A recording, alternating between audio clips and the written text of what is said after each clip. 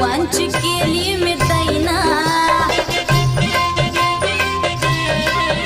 अर्धी कच्ची मी कैरीची फोड